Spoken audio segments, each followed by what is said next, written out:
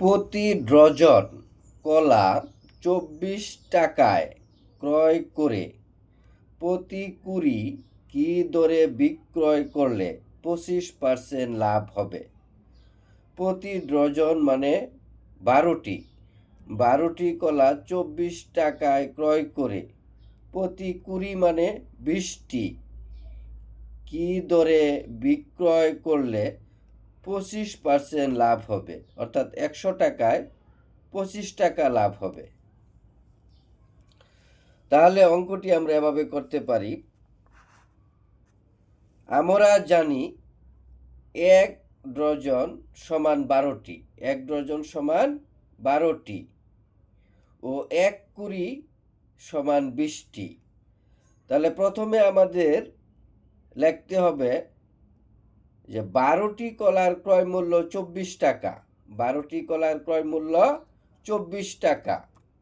12টি কলার ক্রয় মূল্য 24 টাকা। সুতরাং একটি কলার ক্রয় মূল্য হইল কম হবে 12/24। 12/24। সুতরাং 20টি কলার ক্রয় মূল্য হবে, 20টি কলার ক্রয় মূল্য বেশি হবে, তাহলে উপরে গুণ হবে 24 গুণ 20 ভাগ 12। এটা কাটাকাটি করলে হবে 40 টাকা। এখন আমাদেরকে কি করতে হবে? 25% লাভে, 25% লাভে ক্রয় মূল্য 100 টাকা হলে বিক্রয় মূল্য কত? 100 যোগ 25 টাকা, অর্থাৎ 25% লাভে মানে 125 টাকা। এখন আমাদের লিখতে হবে ক্রয় মূল্য 100 টাকা হলে বিক্রয় মূল্য 125 টাকা। ক্রয় মূল্য 100 টাকা হলে বিক্রয় মূল্য কত? 125 টাকা।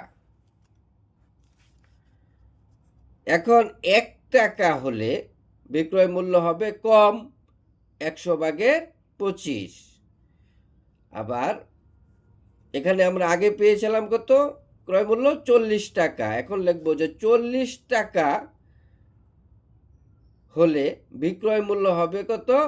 তাহলে 1-এর বেশি হবে, তাহলে উপরে হবে গুণ 125 গুণ 40 ভাগ 100। এটা কাটাকাটি করলে হবে 50 টাকা। তাহলে উত্তর হইল 50 টাকা। উত্তর কত?